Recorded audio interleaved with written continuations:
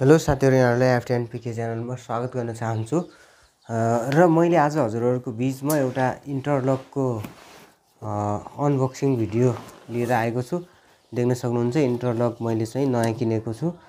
र मैले केही समय अगाडि चाहिँ तपाईहरु धेरै जनाले कमेन्ट गर्नुभएको थियो इन्टरलकको यो के भन्छ ब्लेडहरु कसरी मिलाउने, धागाहरु कसरी मिलाउने त्यो कुराहरु भन्दै हुनुहुन्थ्यो। तर मसँग पुरानो इन्टरलक थियो, त्यसकारणले मैले त्यति पुरै देखाउन सकिन। र आज मैले नयाँ इन्टरलक ल्याएको छु र यो इन्टरलकको अनबक्सिङ गर्ने छु र के कति कुराहरु यहाँ भित्र हुन्छ, कस्तो कुराहरु हुन्छ यो कुरा म विस्तारमा देखाउँछु। भिडियोमा तपाईहरु पहिलो पल्ट हुनुहुन्छ भने च्यानलमा तपाईहरु सब्स्क्राइब गर्नु होला। मैले सिलाइ कटाइ सम्बन्धीको भिडियोहरु अपलोड गर्ने गरिराखेको हुन्छु। अनि यदि तपाईले चाहिँ यो इन्ट्रेस्टिङ भिडियो लाग्छ भने लाइक पनि गर्नु होला। यसरी चाहिँ अब यसलाई चाहिँ हामी सुरुमा खोलौं। त्यसपछि यताको यो भागहरु काटौं।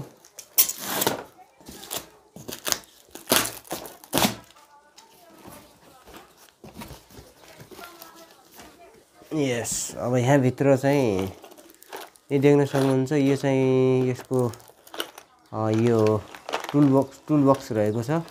यो टुल बक्स भित्रमा के हुन्छ अहिले विस्तारमा देखाउँछु। अनि यो चाहिँ एउटा डन्डीको उहरु हो।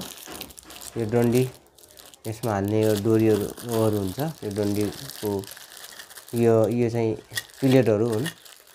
अनि एउटा पेचकस पनि राखिदिएको हुन्छ।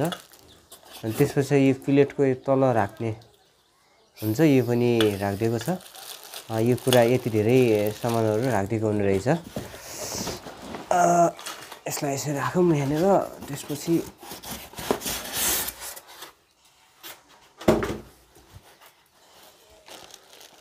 यो इन्टरलक यस्तो प्रकारको छ। अफलाइनबाट चलाउन मिल्ने अनि यस्तो प्रकारको छ। यहाँ भित्र केही पनि छैन।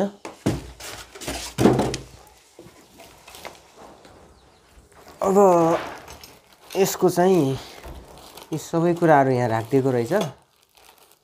अनि यसलाई हामी खोलौं यसरी।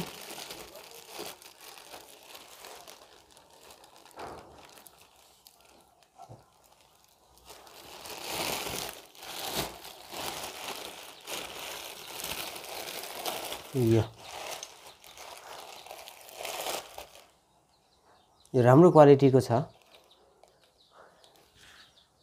यो इलपार कम्पनी रहेछ हुन चाहिँ, तर कम्पनी जुनसुकै भए पनि राम्रै ब्रान्डको हो। यो मैले आफै गएर पसलमा पर्चेस गरेको हुँ, आफैले छानेर किनेको हुँ र राम्रो लाग्यो मलाई।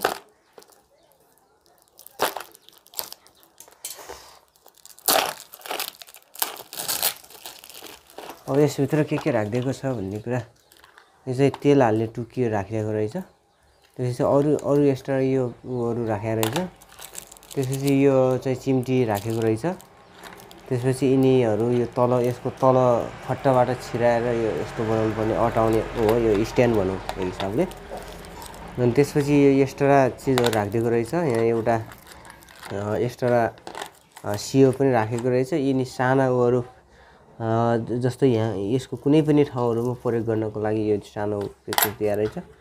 अरु इन्टरलकको ब्लेड भनेको यही हो। यो माथिको ब्लेड यो हो, यो तलको यो एक जोडी यो हाल्दिएको रहेछ। यसमा चाहिँ एउटा सुयो र एउटा यो गरी दुईटा सुयो राखिदिएको रहेछ। ल ठीक छ, यसलाई यतै राखौं, पछि चाहिन्छ। अब चाहिँ यति धेरै सामानहरु राखिदिएको हुने रहेछ। एकदमै राम्रो लागिराखेको छ। मैले नयाँ ल्याउन सकेको छु। अब चाहिँ हामी यसलाई सेटअप गर्नतिर जाम हैन। यसको धागाहरु कसरी जोड्ने, मैले चाहिँ यो तल यसको पसलमै मैले चाहिँ के गरेको थिएँ भने यो धागाहरु हालेर यसलाई चेक गरेको थिएँ। कोही चाहिँ खराब भए हुन्छ हैन, मैले चाहिँ चेक गरेरै ल्याएको हुँ तलैबाट। यो धागा सबै म पहिल्यैदेखि रिमुभ गरिदिन्छु। अब यसभित्र कुनै धागा पनि छैन, केही छैन है। यो सबै कुराहरु फिनिश भएको छ यो। अब यसको चाहिँ म धागाहरु हालेर अनि सबै कुराहरु सेटअप गर्छु र हजुरहरुलाई देखाउँछु है त। पुरै देखाउँछु मैले हजुरहरुलाई।